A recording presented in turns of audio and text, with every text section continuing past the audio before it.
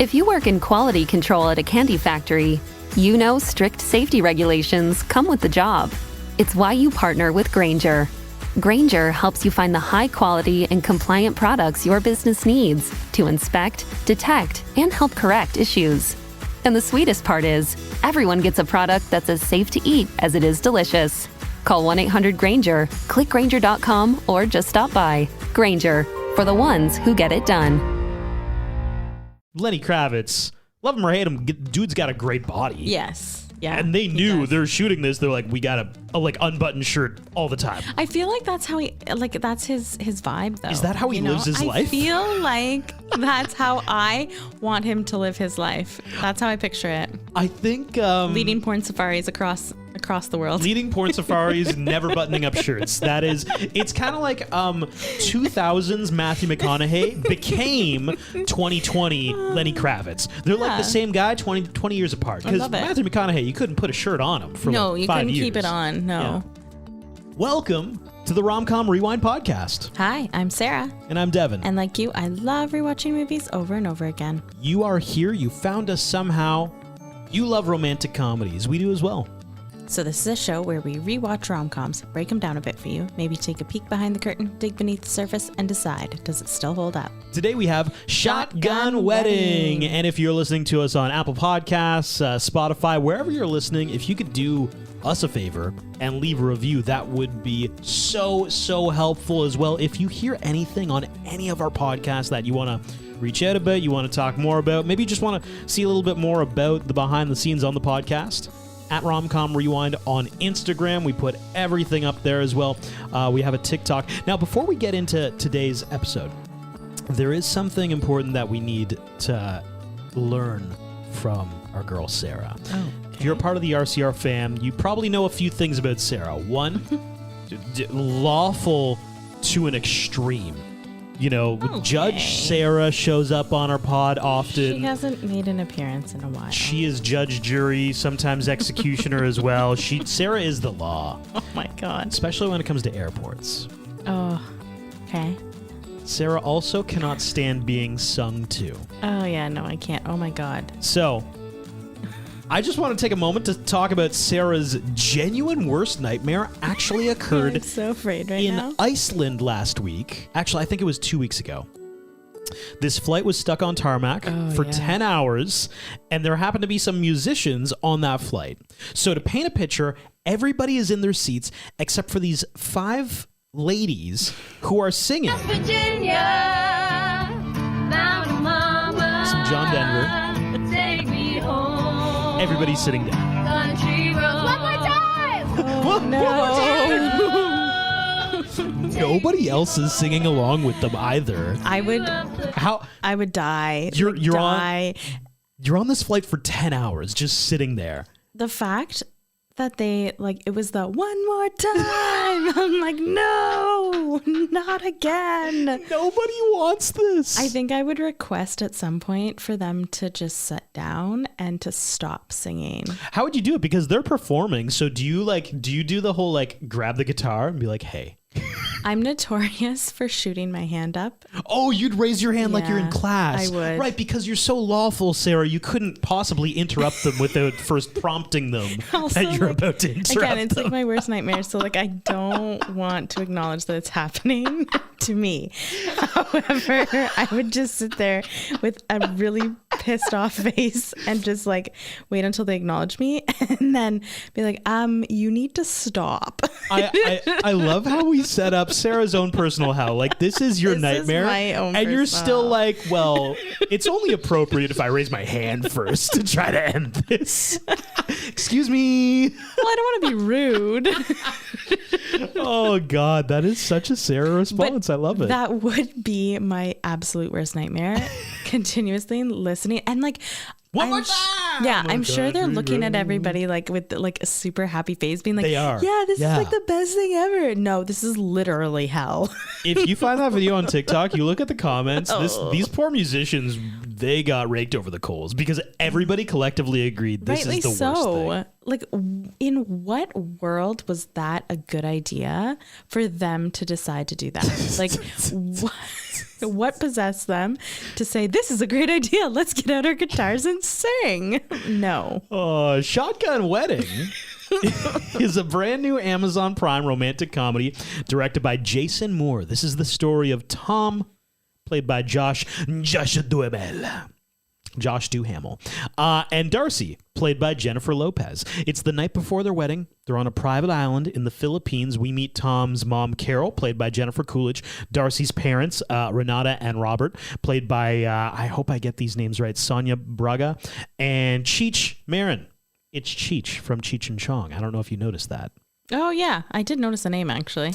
All is going kind of well in that special way that rehearsal dinners are kind of hectic and a little bit weird, like Darcy's ex, Sean, played by Lenny Kravitz, shows up out of the blue to cause a little bit of drama. Nothing crazy. The real conflict in our story, though, is the following day, the day of the wedding, when pirates crash the island. They try to take everyone captive and ransom Darcy and her father for a cash payout. That's your lead-in for Shotgun Wedding. What are your thoughts? To the pool! Now! There are pirates, and they took everybody hostage. Where is the father of the bride? Robert, they're calling you. Thanks a lot, Carol. Here's the plan. We're gonna head to the next island for help. On my count, 10, 9. Why are you counting from 10? What is this, a rocket launch? Okay, fine. On 4. This weekend hasn't exactly gone to plan. Pirates chasing you wasn't on your vision board. This movie is an action-packed rom-com. Mm-hmm. I feel like it's on the levels of like Killers with Ashton Kutcher and Katherine Heigl, but like possibly better, you know? Like I just find they put the scenes really well together. Like they did a really good job at putting everything together. This is on my fantasy draft. It is, you're right. Remind everyone. So I really enjoyed it. It was a good rom-com done again with J-Lo. Like she always does, rom-coms that are good. Like they're not blow you out of the water spectacular. Like, Well, she did do, I would say, Wedding Planner and Made in Manhattan were blow you out of the water good. They were really good. This one, you know what? It was really good, but just more action-packed rom-com. It wasn't necessarily more, like, it wasn't about their romance and, like, their budding romance. There was no meet cute. They already met. They were going to get married. It was more about, like, the action and them working as a team to overcome both the things that were happening in their relationship, but also saving the people that they loved. So I thought it was really fun. I liked it. It was like a great way to, kick off 2021 with a bang, a shotgun. Did you say 2021? Nope, I did. Wow. I don't know what I was thinking. The pandemic does wild things to people. Yeah, sorry. It was a great way to kick off 2023 with a bang, Jesus. shotgun. Woo! This is just a good, fun action rom-com. Yeah. It feels like a throwback to a lot of like 2010s, like early 2010s rom-coms. I do agree with you. I literally have it written down. Feels a little like Bounty Hunters meets Killers is kind of the comp I'm going with. Great acting. I think it's just great to see J-Lo doing rom-coms again. I know. Same with Josh Duhamel.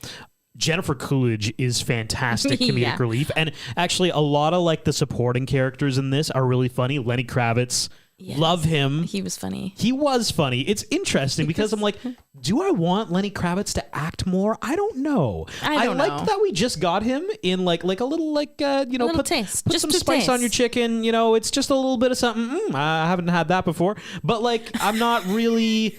I don't know if I'm excited to have it again, but like, I'm not it's going to nice. ask what spices were on it, but I think we had an appropriate amount of Lenny Kravitz here, so no, thank I liked you. it. One thing that does drive me crazy, and I think it's a symptom of all films that are action rom-coms, Yes. just drives me crazy that the main couple always got to bicker for like 40 minutes at some point in the movie, either right off the top, like in Bounty Hunter, or midway through, like in this one and Killers. Mr. and Miss Smith does the same thing. Not quite, but like it's a similar.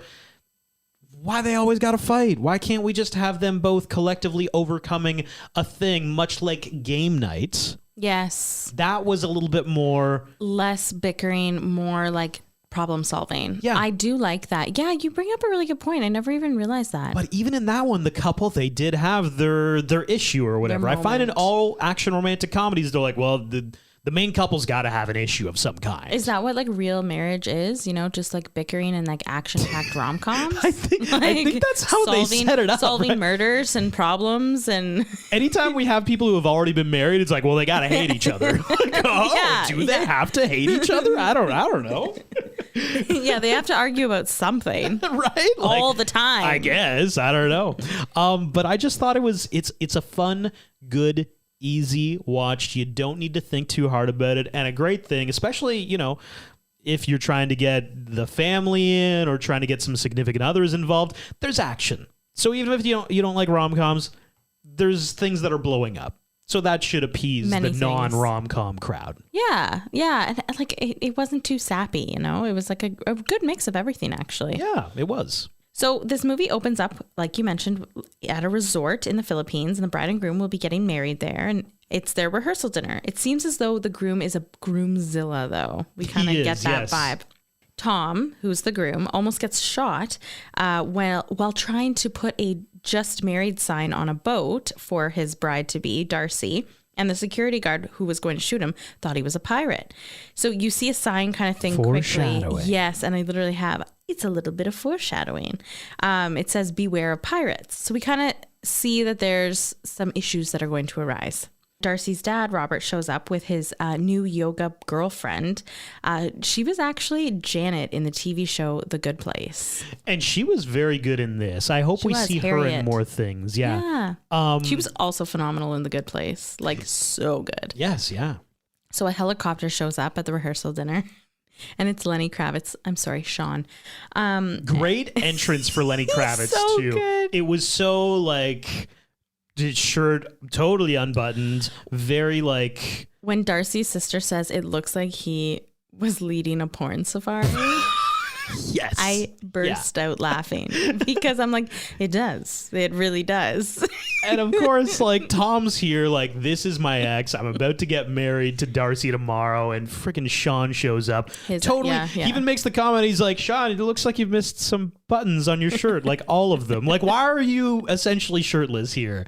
Lenny Kravitz, love him or hate him, dude's got a great body. Yes. Yeah. And they knew they're shooting this. They're like, we got a like unbuttoned shirt all the time. I feel like that's how that's his vibe, though. Is that how he lives his life? I feel like that's how I want him to live his life. That's how I picture it. I think leading porn safaris across the world. Leading porn safaris, never buttoning up shirts. That is, it's kind of like 2000s Matthew McConaughey became 2020 Lenny Kravitz. They're like the same guy 20 years apart. Because Matthew McConaughey, you couldn't put a shirt on him for you 5 couldn't years. keep it on. No.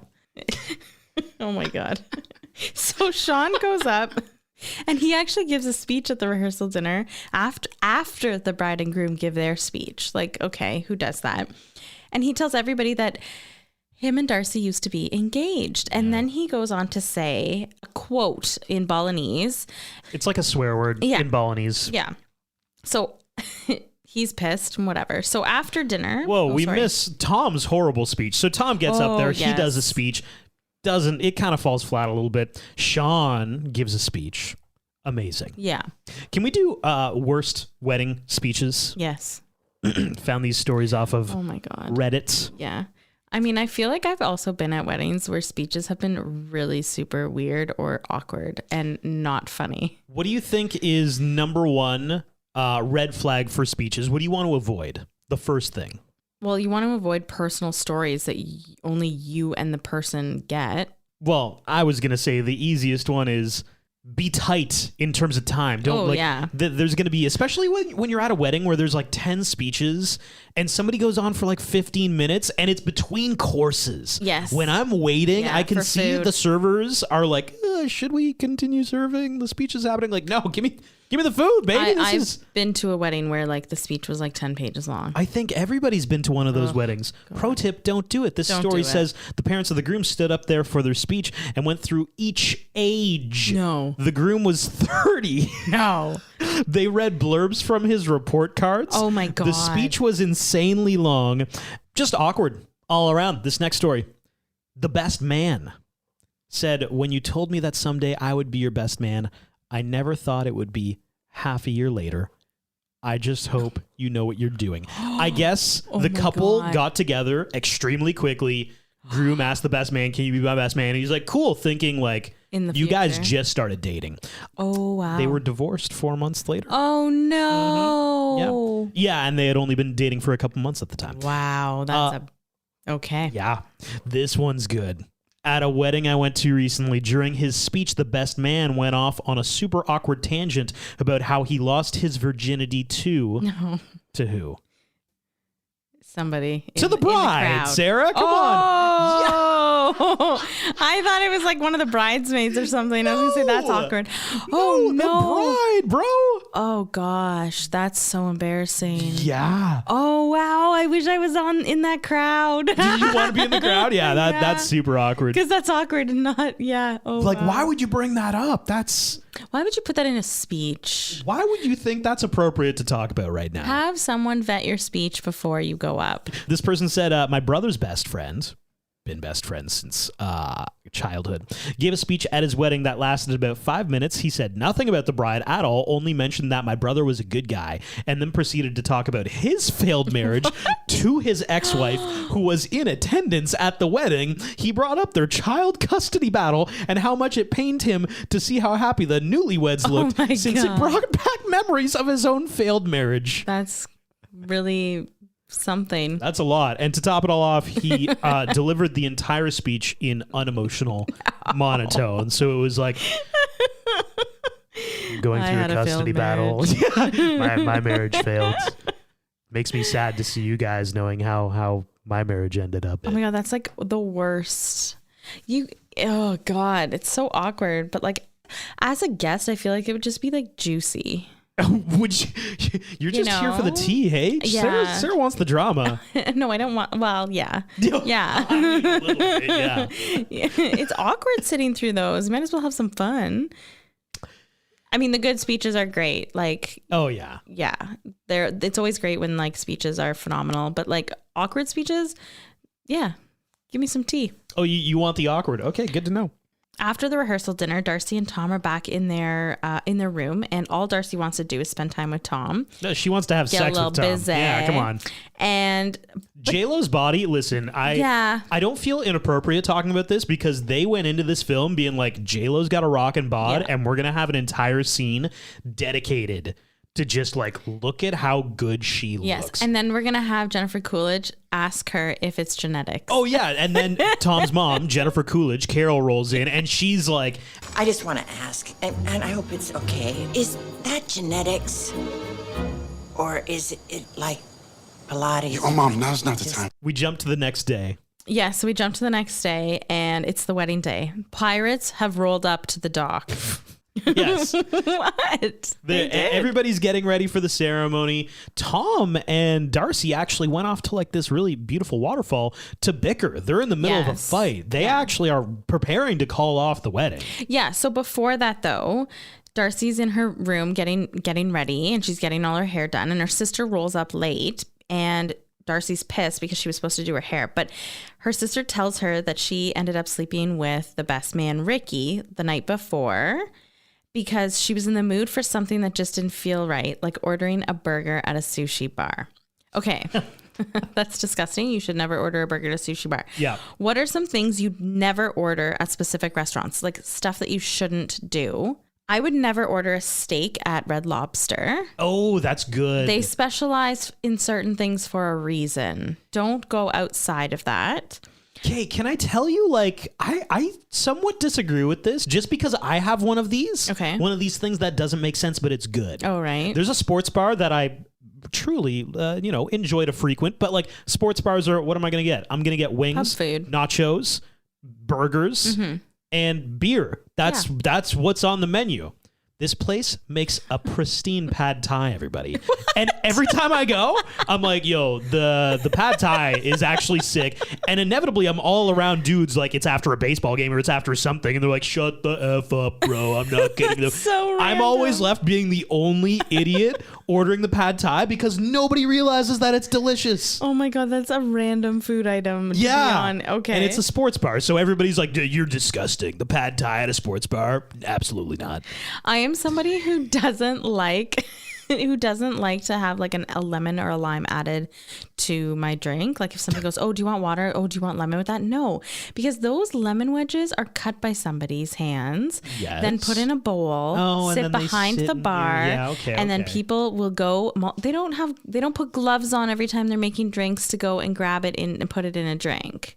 They're sitting there all day and people's hands are all over them. So you're like 100% no fruit in the drink? I mean, like... What if somebody's doing it right in the moment? Like boom, boom, boom. Cutting it? Yeah. Then yeah, sure. But like no fruit in a drink ever. I feel like I've seen you with I've fruit had a in sangria drinks. and stuff, but I feel like that's not like lemons and limes just sitting there. You would never have a lemon or a lime in a beverage. I don't know. It depends. Ooh. Depends if I've had a few drinks too. I feel like we've been in care. different countries and you've had lemon and lime in like touristy trap places where you know it's been sitting there I've forever. had an orange on my Aperol Spritz.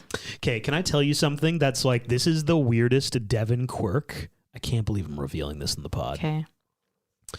I don't know what it is. The number one, this is Devin's recipe for killing a hangover. The number one thing you do to kill a hangover. This is statistically true. I have proven this. This is scientific fact. Yes, he's also had friends prove this as well for him. Oranges or anything citrus. You want to crush like a whole ass orange when you get home, or like nectarines. Hit me with some mandarins. But here's the thing. Sitting there eating an orange. If it's like 2 a.m. and it's last call and there's nobody at the bar, I've done this multiple occasions. Disgusting. Yeah, I'll ask the bartender like, yo, so gross. You've been rocking some oranges today? And they're like, what? And I'm like, have you like peeled an orange and put like some orange peel on a drink? And they're like, yeah. And I'm like, so you got an orange back there? And they're like, yeah. And I'm like, toss it over, buddy. Let's go. I've genuinely been at the bar at 2 a.m. on multiple occasions just crushing an orange. Yeah, you've also done that with lemon slices from behind the bar. It's disgusting. Oh, I've not done that with lemon slices. Yes, you have. No, yes, you have. Eating a lemon slice? I have seen it. No, I have not done that. Okay, well, because that is not part of the hangover cure, Sarah. You said anything citrus. Yeah, no, that's lemon different. is a citrus. No. I mean in like the genus of orange. Oh, good God. It's got to be in that realm. Honestly, I am clementines, for mandarins. Sure thinking I saw a lemon, but anyway, whatever. Remember, it's 2 a.m. and you had a few, so whatever. Anyway, so like we're on opposite ends here. I'm literally crushing an orange that people have been peeling all day. It works, ladies and gentlemen. E. coli. It works. E. coli. Maybe. Haven't had it yet, so. God, thank God. That's why you drink the alcohol, Sarah. Kills any of the E. coli. We're good. It's a great combination. Oh my God. So Darcy has agreed to wear Carol's dress, and it's like this big floofy dress. And she says, yeah, something doesn't feel right. So she texts Tom and they go and talk. And yeah, so they're almost going to call off the wedding. And then all of a sudden, the guests are starting to get worried about where they are because they're not there. And the pirates attack. Dun, dun, dun. They get everybody into the pool and they start calling everyone's name. And this is my best scene. Oh, really? My best scene is when, and honestly, like Carol, Tom's mom is like, she's such a wonderful lady, it seems. And she's really dumb. Yeah, she's very innocent. She's very naive. Who do they call? Do they call Robert's name? They call Robert's name. They call Robert's name. And of course, nobody's actually going to why do the pirates need me? Like, nobody's going to say it. Robert Rivera.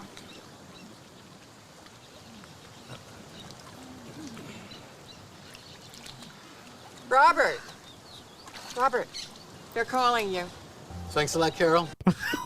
Robert, they're calling your name. Like it's class, and Sarah's trying to wave down the airplane musicians by raising her hand. Yeah. Thank you, Carol. Thank you. Yeah, I'm Robert. So he gets up and anyway, he goes to get interrogated and whatever. But this scene, just like Carol is such a hilarious idiot that I loved it. And it just kicks off the pool scenes for the rest of the movie. I have to say, like, all the pool scenes are my best scene, but this one is the kickoff to the best.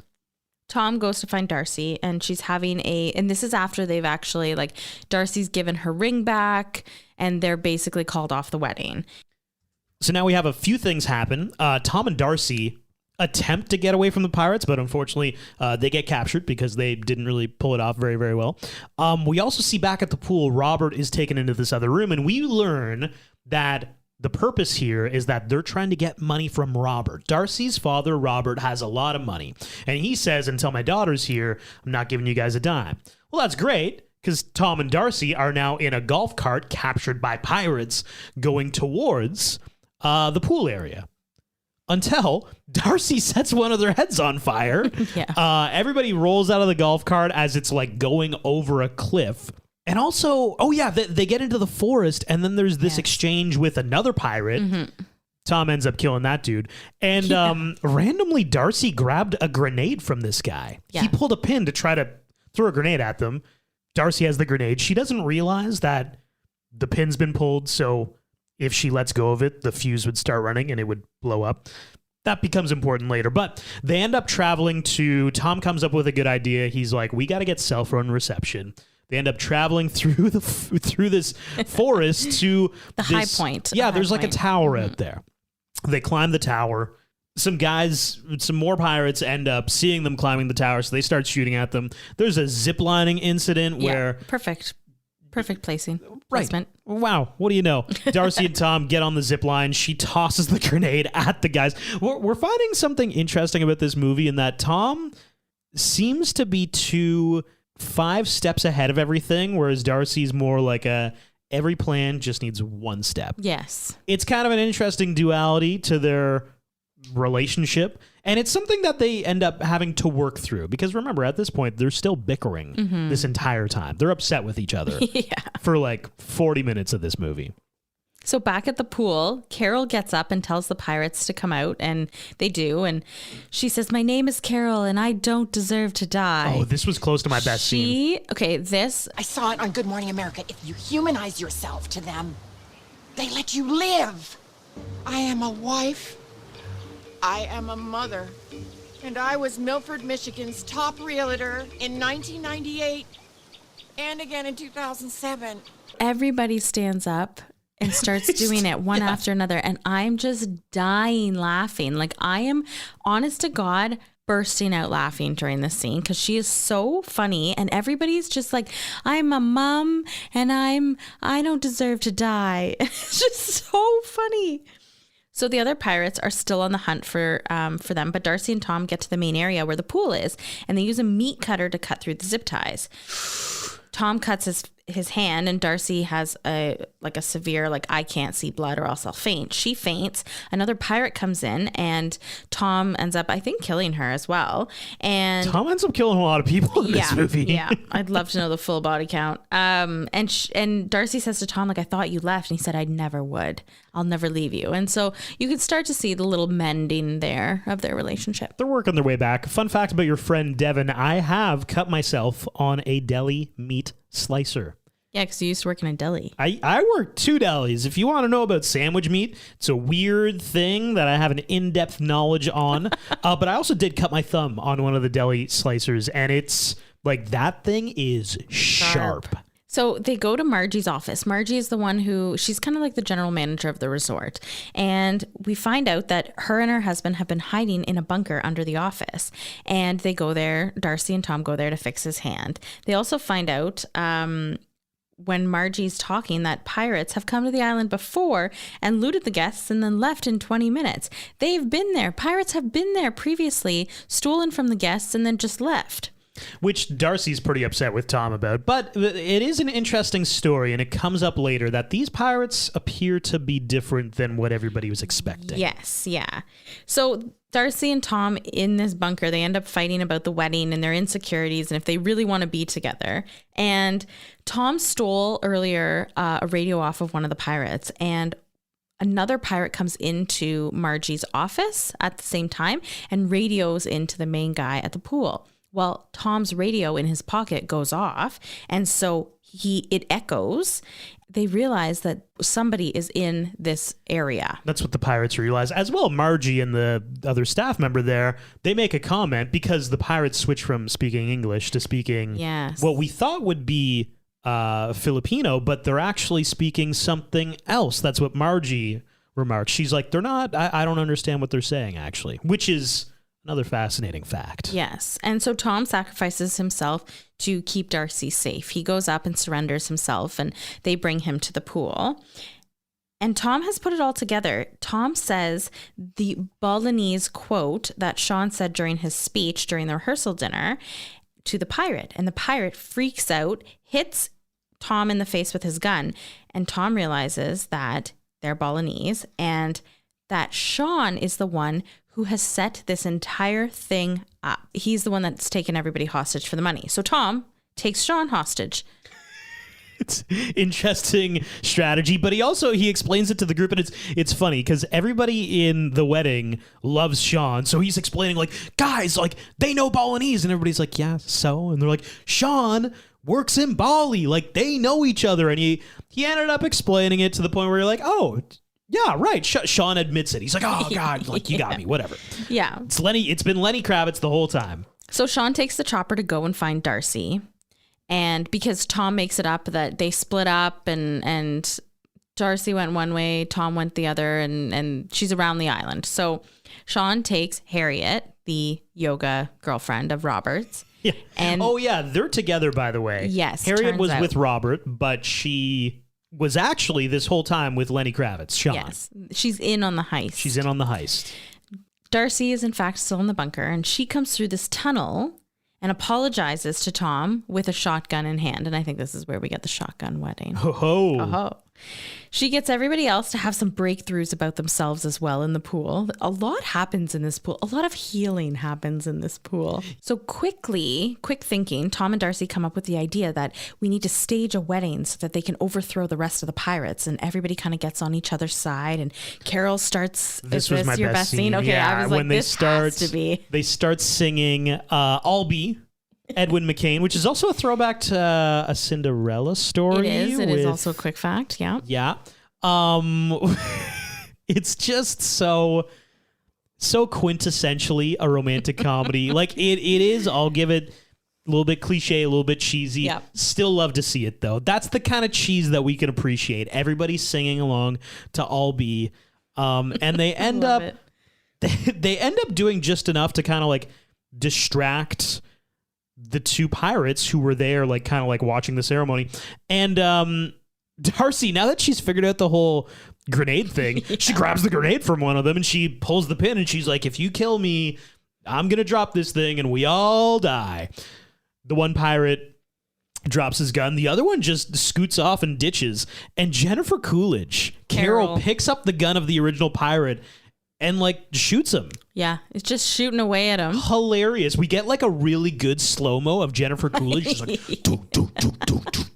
like shooting at him. Very action movie-esque. Hilarious. So Darcy and Tom run to the dock, and one of the pirates is taking selfies. And they overthrow him, get his cell phone, and then they run to the boat to get help.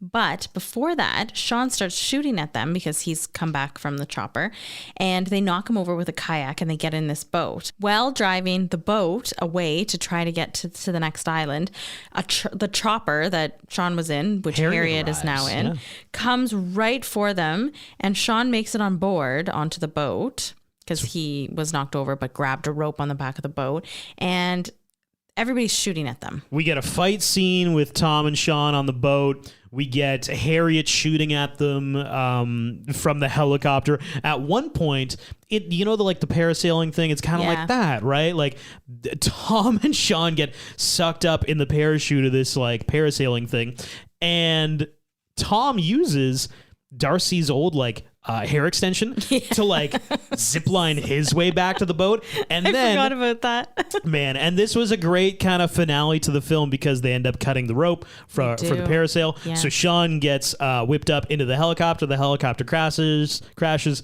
Harriet and Sean are dead and all has been saved. Yes. So after they get to the shore, Darcy says she wants to keep going and wants a relationship with Tom, and Tom gives her ring back, and Darcy proposes to Tom, and all is well in the world. They finally have a real wedding and they get married. And they get married, ladies and gentlemen. Now, one thing that is extremely clear in this film is that J-Lo looks friggin' great, guys. Yeah. The film makes a point to show that off. Multiple moments. Even by the end, her wedding dress is in tatters. It's basically her midsection and her legs and like her shoulders are covered, essentially. So I have a game for you, Sarah. Okay. We need to talk about how ageless J-Lo is. She is ageless. I think there's an interesting thing here because I think in the 90s and early 2000s, age was a weird thing for just media. Like, we made people out to be a lot older than they were, or just made them feel like they were a lot older than they were. So J-Lo is currently 53 years old. The game is... God, she looks good. Older or younger than J-Lo. Okay. The TV show The Golden Girls. It started in 1985. Rue McClanahan played Blanche. Like the TV series or the people in it? Like, I'm talking about the human being, Rue McClanahan. In 1985, when that show began, was she older or younger than J-Lo is right now? Younger. She was younger. She was 51 when that show started. Okay. As if you picked younger on that. You're killing me, Sarah. Sorry. The point of this was to just, like, that shows the friggin' Golden Girls. They made them out to be ancient. I know they did. And J-Lo is older than Blanche was when that show started. That's crazy. That's ridiculous. That 70s show premiered in 1998. Kurtwood Smith plays Red Foreman. Okay. Kurtwood Smith, older or younger than J-Lo when that show started? Older. He was 55. He was 2 years older than her. Yeah. Wow, you're nailing Killing it, Sarah. Oh, what about his wife, Kitty Foreman, played by Deborah Jo Rupp? When it premiered? When it premiered in 1998. Younger. She was younger. Yes. She was 6 years younger than J-Lo. She was 47. Wow. She looks good. She looks great. But they, like, once again, the premise was like, oh my God, Kitty Foreman. So older parents. Old. Yeah. Sarah, your favorite, The Gilmore Girls. Oh, yes. Premiered in 2000. Kelly Bishop plays Emily Gilmore. When that show started, was Kelly Bishop older or younger than J-Lo is right now? Younger. Older. Oh, dang. I was on a roll. Kelly Bishop was 56, but only 3 years older. Yeah. She was That's the grandma. insane. She was the grandma of a teenager. Yeah, that's crazy. And she was only 56. Yeah, that's wild. And finally, the sitcom Frasier premiered in 1993. The old man, the father of that series, Martin Crane, was played by John Mahoney. Was John older or younger than J-Lo at the premiere of Frasier? I don't know, because I never watched the show. So I never watched this one. He's like an old man. I'm going to say younger. The exact same age. She was also 53 at the premiere. Yeah, it was a trick question. Just to demonstrate. That is wild. And I hope that maybe Hollywood and media in general are going in a better direction in terms of like, yeah, J-Lo's 53. She can still be like your life doesn't end at 50, guys. Yeah. Like you can still have fun stories. You're still young at 50. Good God. We can still write stories for actors and actresses into their 50s where they're the main characters of something like this, and it can still be good. They don't have to be like, oh, they've aged out of being the father figure. They need to be the grandfather now. Or it's ridiculous. Blanche on the Gilmore Girls was 51. That blows my mind. On the Golden Girls? That blows my mind. Yeah. Quick facts. Jennifer Coolidge and Josh Duhamel play mother and son, even though they're only 11 years apart. This is what I'm talking about. Yeah, I know. This movie was filmed in Dominican Republic. This movie was due to come out last year, but was pushed to 2023 instead. Josh Duhamel has played opposite Jennifer Garner in Love, Simon and J-Lo in this movie, both of whom married Ben Affleck. That's such a weird quirk. I know. Just threw that in there, you know? That's so odd. Sonia Braga, who plays J-Lo's mother, also played her mother in the movie Angel Eyes from 2001. At one point in 2019, Ryan Reynolds was set to star in the movie as Tom before Armie Hammer was cast. In January 2021, Hammer exited the project amid controversy and was replaced by Josh Duhamel. Ryan Reynolds is a producer on this movie as well. Wow. What a story. I don't even want to touch the Armie Hammer thing, but Ryan Reynolds I could actually see a little bit. Oh, definitely. I thought, yeah, definitely. The song Jennifer Coolidge starts for the wedding guests in the pool is I'll Be by Edwin McCain. The same song is played while Hilary Duff and Chad Michael Murray dance in the movie A Cinderella Story. Jennifer Coolidge also appears in that movie as the evil stepmother. Cheech Marin owns what many consider to be the largest collection of Chicano art in America and is recognized today as a preeminent advocate for the culture's art, comprising paintings, drawings, prints, sculptures, photography, and more. His collection now serves as the core of the Cheech Marin Center for Chicano Art and Culture of the Riverside Art Museum, which opened in June 2022. Jennifer Lopez creates Pinterest boards and vision boards to help prepare for a role. This helps her get a sense of who her character is by thinking about what would be on their own vision board. I feel like I want to know more about this, and I want to know if this is actually real. Yes. I feel like, I don't know. In 2022, Lenny Kravitz launched his own Sotol-based spirits brand. Jennifer Lopez and Josh Duhamel have known each other for over 20 years, but this is their very first time starring in a movie together. Cheech Marin won the first Celebrity Jeopardy tournament in 1992. He returned in 2010 and topped journalist Anderson Cooper and actress Aisha Tyler on Celebrity Jeopardy's $1 Million Celebrity Invitational. During production, the cast would match each other's previous films, including titles such as Up in Smoke, starring Cheech Marin. Actor Steve Coulter would moderate fun, impromptu Q&As. Most of the cast, including Lenny Kravitz, Jennifer Coolidge, and Darcy Carden, stayed in a complex together where they ate dinner most nights together. Oh, cute. Israeli fashion designer Galia Lahav and costume designer Mitchell Travers worked together to create 28 different dresses for the character of Darcy in order to meet the demands of having her go on such wild adventures in her gown throughout the movie. Both Jennifer Lopez and Josh Duhamel had weddings in real life not long before this movie premiered. Lopez married actor Ben Affleck in August 2022, and Duhamel tied the knot with 2016 Miss World America Audra Mary in September 2022. Honorable mentions. I think it's got to be Jennifer Lopez's workout regimen. Whatever in the world she is doing, it's unbelievable. Also, I will be the poster person for J-Lo should be in every single skincare ad. Give her Peloton. Yeah. Give her just smoothies, cleanses, creams, whatever it is. She should be the spokesperson for all of them. Don't know what she's doing. Working fantastically, though. You'd like to look like her, right? Who wouldn't? Who wouldn't? I was just going to say, At who 53, wouldn't? who wouldn't? I know, It's seriously. unbelievable. Yeah. Like, literally, I don't believe it. Are we sure that's still J-Lo? Cloned herself like 10 years earlier? Living. Yeah, she died. And yeah, 100%.